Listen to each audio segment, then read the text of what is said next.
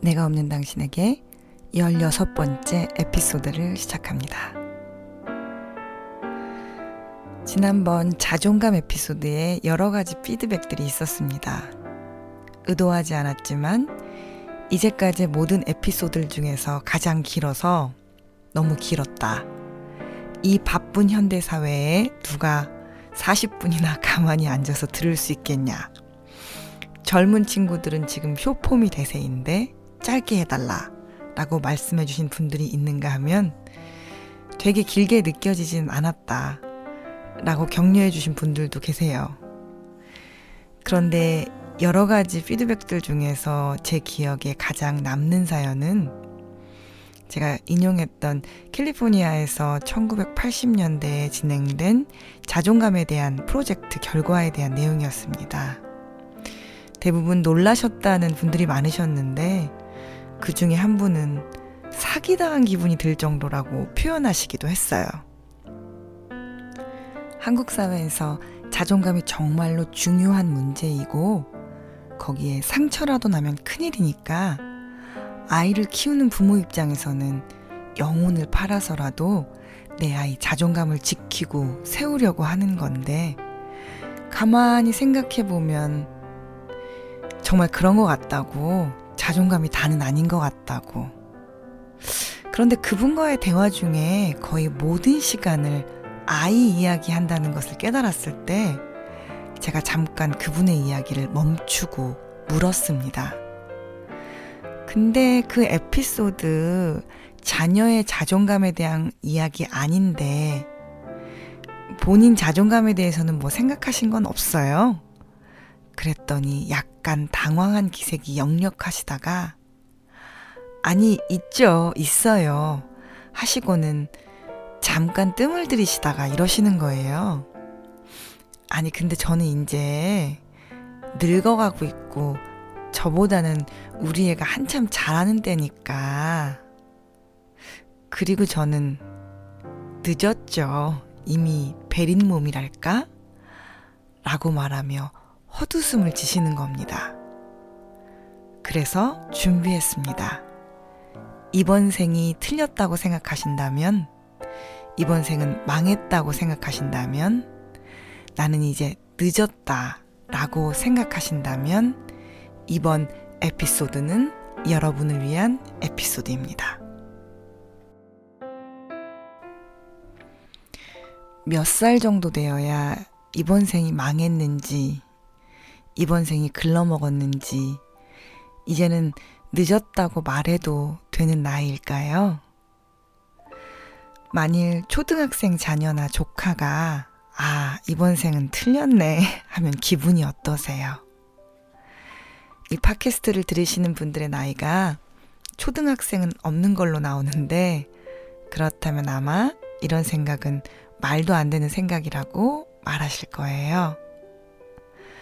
그럼 이런 생각은 중고등학생 때는 해도 되나요? 아니면 20대는요? 극심한 입시 지옥을 경험한 우리 중고등학생들이 이번 생은 틀렸다는 마음을 갖게 되는 것 아마 이해할 수 있을지도 모릅니다. 하지만 또 대학이 인생의 전부가 아니라는 것도 알기 때문에 그 이야기를 빨리 해주고 싶겠죠. 그런데 사실 이 세상의 모든 사람들은 자기보다 조금이라도 어린 사람들에게는 그들의 인생이 매우 젊으며 무엇이라도 할 수 있는 나이라고 생각하는 경향이 있습니다.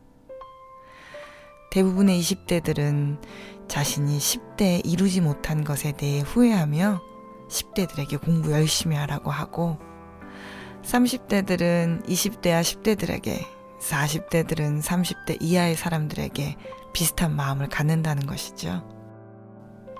그리고 들을 때는 굉장히 충격적이었지만 생각해보면 안 충격적일 수도 있는 거는 80대 어르신들은 60대 어르신들을 보고 청춘네, 청춘이야 한다는 사실입니다.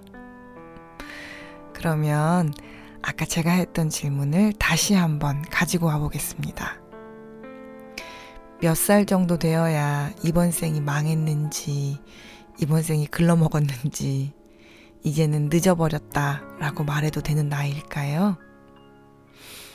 아마도 저는 지금의 내 나이 정도는 되어야 인생이 틀렸다고 말해도 되는 나이이고, 나보다 어린 모든 사람들은 열심히 해서 나처럼은 후회하지 말아야 한다고 생각하며 살아왔던 것 같습니다.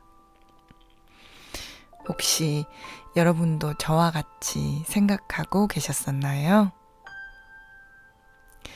내가 없는 당신으로 오래 살아온 저는 인생이 온통 실패와 후회로 가득 차 있었습니다.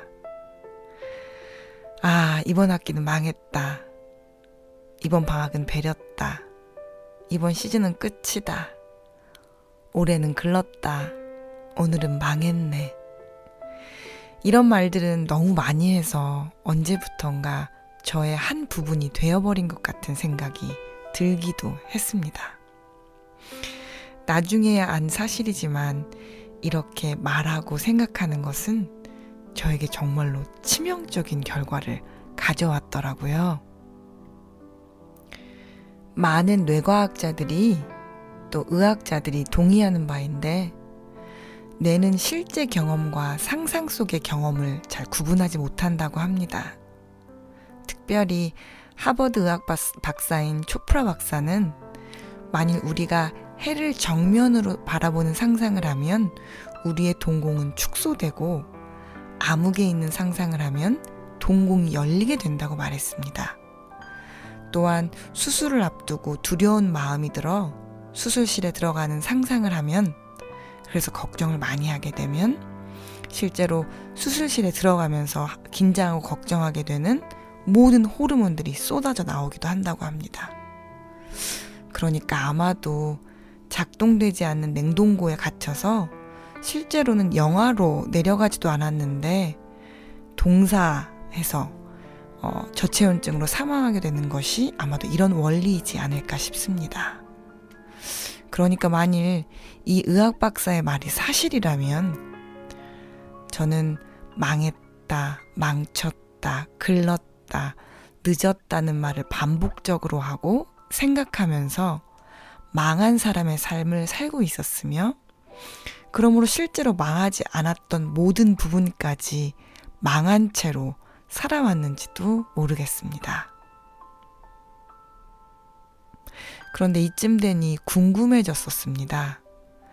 만일 내가 망쳤다, 망했다, 글러먹었다고 생각하는 말과 습관을 고칠 수 있었더라면, 그래서 안 망했다, 안 배렸다라고 생각했었더라면, 그렇다면 내 10대 그리고 20대 그랬었더라면 참 좋았었겠지만, 나는 그러지 못했고 이제 30대도 지나버렸는데 이제는 정말로 배린 게 아닐까라고요. 몸도 예전 같지 않고 머리가 돌아가는 것도 예전 같지 않고 내가 굳이 생각하지 않아도 내 인생에 이미 늦어버린 것이 한두 개가 아니라는 사실을 매 순간 마주하는데, 정말로 나의 이번 생은 틀려버린 게 아닐까. 그런데 이런 저의 생각을 정면으로 반박할 객관적이고 과학적인 근거가 있다는 것을 알게 되었습니다. 내가 없는 당신들의 특징이기도 한데, 저는 하도 자기의심이 심하다 보니 논리적이고 객관적인 근거가 아니면 잘 믿지를 않습니다. 혹시 여러분도 그러신가요? 어쨌든 여러분 혹시 신경가소성, 영어로는 뉴로플라스티시티라는 말을 들어보신 적 있으신가요? 의학 용어인데요. 네이버 사전에는 이렇게 나와 있습니다. 인간의 뇌가 성형수술처럼 성형적이고 수능성을 가졌다는 것이라고요. 사실 아주 오랫동안 인간은 어린 시절 한번 형성이 되면 변하지 않는다는 가설이 지배적이었습니다. 그래서 어린 시절, 즉 몸과 마음이 형성되는 시기가 제일 중요하고 가장 결정적인 시기라고 믿어왔지요. 마치 인류가 지구가 네모나게 생겼다고 오랫동안 믿어왔다가 과학의 발전으로 인해 지구가 둥근 것이 밝혀진 것처럼 어린 시절로 모든 것이 결정된다는 가설은 이 신경 가소성에 의해 달라지기 시작했습니다. 실제로 이 용어가 처음으로 학계에 소개된 것은 70여 년밖에 되지 않았고, 그 가설이 통용되고 여러 필드에서 연구되고 데이터로 증명되고 실제로 사용하게 된 모든 과정을 생각해 본다면 그리 오래된 이론은 아닙니다. 하지만 이 신경 가속성은 여러 연구의 영역에서 검증되었고, 실제로 어린 시절이 중요하긴 하지만 사람의 뇌는 죽을 때까지, 그러니까 노년이 되어서도 새롭게 신경망을 형성하고 스스로 성장하고 얼마든지 변할 수 있다는 것이 증명되었습니다. 이런 결정적 발견 때문에 전반적인 영역에서 변화가 일게 되었습니다. 실제로 뇌손상 사고의 연구가 진행되면서 뇌의 어떤 부분이 손상되어 기능을 상실하게 되면 그것으로 끝나는 것이 아니라 뇌의 신경 가소성, 즉 새로운 신경망을 형성하고 스스로 성장하려는 성질 때문에 손상된 부분 말고 다른 경로를 통해 원래의 기능을 최대한 복구하는 일이 생긴다는 것을 알게 되었죠. 예를 들어 일반적으로 시각을 잃게 된 환자들은 다른 감각들이 비약적으로 발전하는데, 그것이 바로 뇌가 스스로 새로운 신경망을 형성해서 볼 수는 없지만 다른 감각들을 발전시켜 마주하는 사물을 인식할 수 있도록 하게 하는 것이죠. 지구가 네모인 줄 알았지만 사실은 동그랗다는 발견처럼 어린 시절에 한번 형성되면 끝인 줄 알았지만 알고 보니 평생 변화할 수 있다. 특별히 성형수술한 것처럼 변화할 수 있다는 인식이 여러 분야에서 화두가 되었고, 유튜브에 영어로 뉴로플라스티시티를 검색하시면 얼마나 많은 영역에서 많은 컨텐츠들이 쏟아져 나왔는지 아실 것입니다. 테드톡부터 시작해서 자기계발에 이르러서까지요. 저는 이 신경 가소성을 주장하고 설명하려는 사람은 아니고 그저 지구가 네모나게 생겼다고 평생을 믿고 인생 망했다고 살아온 사람으로 저의 논리를 단박에 깨쳐버릴 과학적이고 객관적인 근거가 있었다는 것을 말씀드리려고 이 개념을 소개해드렸습니다. 실제로 나에게 변화라는 게 가능하고 망한 것이 아니라는 걸 천천히 인정하면서부터 전에 보이지 않았던 것들이 보이기 시작했습니다. 그 중에 저를 변화시킨 두 가지가 있었는데, 한 가지는 실제로 주변을 둘러보니 늦은 나이에 시작해서 자신의 인생을 멋지게 살아가고 있는 사람들이 정말로 많았다는 것이었습니다. 제가 요새 나의 인생의 롤모델이라 라고 거듭 말하는 사람이 있는데 그분이 바로 윤여정 선생님인데요. 그 이유는 딱 한 가지, 그분이 아카데미상을 타신 것이 70대 중반이었기 때문이었습니다. 실제로 그분은 30, 40대에는 별것 없는 인생이었고 때때로는 비호감 1위도 하셨었다지요. 제가 존경하는 저의 스승들 중에는 40 중반에 커리어를 새롭게 시작하셨거나 다른 일들을 시작하신 분들이 생각보다 많다는 것도 알게 되었고요. 또 다른 한 가지는 여러 사람을 만나는 일을 했는데 한국 사람이든 미국 사람이든 과거를 돌아보며 후회하는 것은 정말로 일명 세계적인 것으로, 내가 10년만 젊었으면, 내가 5년만 일찍 이런 것들을 시작했더라도 하는 말들이 정말 많이 있었습니다. 그런데 많은 경우 내가 10년만 젊었었으면 혹은 5년만 일찍 시작했더라면 하시는 분들의 나이가, 그분들의 10년 전의 나이가 그때 저보다 훨씬 많다는 것을 알게 된 거죠. 그러면서 만일 내가 지금 뭔가를 시작하지 않으면 난 아마 내년에도 5년 후에도 10년 후에도 이제까지 그래왔듯이 하나도 변하지 않은 채 이번 생은 망했다 좌절하면서 10년만 젊었어도 5년 전에만 시작했어도 라는 말만 반복하는 인생이 되겠구나 라는 생각을 하기 시작했습니다. 아마 그때쯤부터였을 거예요. 내 인생은 망했다, 내 인생은 버렸다 라는 말 대신에 그래서 5년 후에 나는 어떤 삶을 꿈꾸는가? 그러면 오늘 나는 무엇을 해야 하는가? 라고 물어보기 시작한 것이요. 물론 좋은 상담 선생님과 여러 스승들의 도움으로 내가 없는 당신에서 내가 있는 삶으로의 여정을 시작한 것이 이런 변화의 큰 배경이기도 하지요. 아주 여러 가지 시도를 했었는데 그 중에 한 가지를 말씀드리자면 저는 한국에서 태어나고 자라 체육이나 운동과는 정말 거리가 먼 그런 여자아이였습니다. 어떤 운동도 해본 적이 없고 100m 달리기를 20초 미만으로 뛰어본 적이 없는 사람이었죠. 그런데 유학 생활을 오래 하고 공부를 너무 오래 하다 보니 몸은 나날이 부실해져 갔고 결국은 체력이 약해서 학기를 쉬어야 하는 지경까지 이르게 되었어요. 그때까지만 해도 이미 내 인생은 버렸다라는 생각이 지배적이었기 때문에 10대 때, 20대 때 운동 좀 할 걸, 체력 좀 키울 걸, 이런 후회는 끝도 없이 했지만 이 저질 체력이 어떻게 나아질 거라는 상상은 못했던 것 같아요. 물론 운동을 시도해보려고 헬스장도 끊어보고 이런저런 시도도 해봤지만 오래가지 못하더라고요.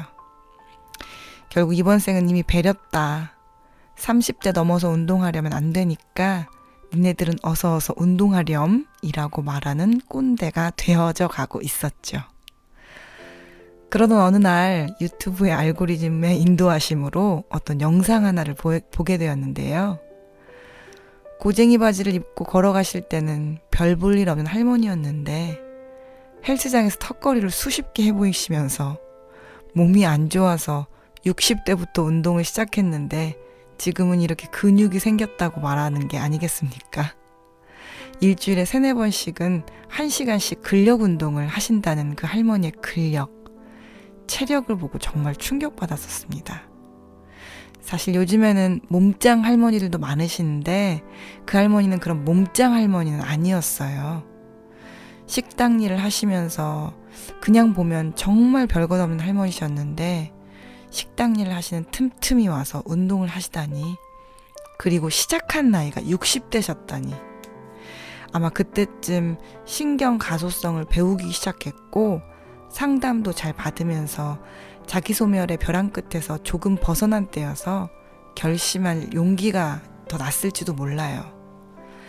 난 아직 60대도 아닌데 저 할머니가 하실 수 있다면 나는 왜 못할까? 그러면서 생각했죠. 오늘 내일 운동해서 다음 주에 건강해지는 거 말고 10년 후에 20년 후에 저렇게 사는 것을 목표로 해야겠다 하고요.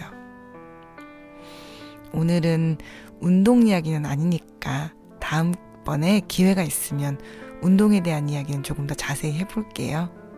어쨌든 저는 그 이후로 조금씩 운동을 시작해서 저질 체력에서는 탈출했다는 소식은 전해드립니다. 물론 한 번도 운동을 안 해봤던 사람이라 운동이 몸에 익는 데까지는 한 2-3년 걸렸다는 얘기도 해드리긴 해야겠네요. 혹시 나는 글렀다, 이미 늦었다 생각하신다면 그 말 자체가 나를 망하게 하는 효과가 있다는 것 기억해 주세요. 그리고 또 그 말은 실제적으로는 과학적으로, 의학적으로, 객관적으로 영 틀린 말이라는 것도 기억해 주시고요. 여러분이 저와 같이 내가 없는 당신이시라면, 정말로 그러시다면 특별히 요즘 하시는 후회들을 한번 정리해 보세요. 머리에 떠올리셔도 좋고 가능하면 글로 써보셔도 좋아요. 좀 어린 나이에 공부할 걸, 관련된 공부도 하고 자격증도 좀 따서 경력 좀 쌓을 걸, 운동 좀 미리 해둘 걸, 멋진 취미 하나는 좀 개발해 둘 걸, 내가 소중하게 생각하는 사람이랑 여행 좀 갈걸. 아마 끝도 없이 나오실 수도 있어요. 그런데 여러분 그거 아세요? 만일 여러분이 이미 늦었다고 생각하고 이번 생은 버렸다고 생각하신다면 5년 뒤에도 10년 뒤에도 아마 지금 하시고 있는 후회들을 고스란히 그리고 더 많은 후회들을 더 추가하는 날을 발견하게 되실 거예요. 생각만 해도 정말로 아찔하죠? 지난 자존감 에피소드를 듣고 이미 내 자존감은 글렀다라고 생각하신 청취자분들이 계시다면 하나도 안 늦었습니다. 아직 안 버렸고요. 안 틀렸어요. 지금부터라도 작은 발걸음 하실 수 있고 그것들이 꾸준하게 모이면 5년 뒤에 10년 뒤에는 제가 저질 체력에서 탈출할 수 있었던 것처럼 저질 자존감에서 우리 모두 벗어날 수 있을 거예요. 자존감은 내가 나를 중요하게 여기는 마음과 행동이라고 지난 에피소드에서 말씀드렸습니다. 여러분이 정말 중요하시다면 20년 후, 10년 후, 30년 후의 나를 위해서 지금 뭐라도 시작하세요. 크지 않아도 되고 사실은 크지 않아야 합니다. 작은 걸음, 하지만 꾸준한 걸음이 나를 변화시킬 수 있습니다. 이렇게 오늘 에피소드를 마치고 싶은데 저에게 자기 인생은 배려서 자식의 자존감과 인생이 더 중요하다고 말씀하신 구독자님께 제가 쓰는 치사한 방법으로 한마디만 더 하고 마칠게요. 자기 인생은 이미 글러서 혹은 자식의 인생이 훨씬 더 중요해서 자신의 한 걸음을 시작하지 않으시고 거기에 시간과 에너지를 쓰지 못하시는 분들은 실제로 자녀들에게 에너지를 많이 쓰시지요. 그러면 그 들인 에너지가 좋은 결과로 나오면 좋은데 사실 많은 경우 집착으로 가게 됩니다.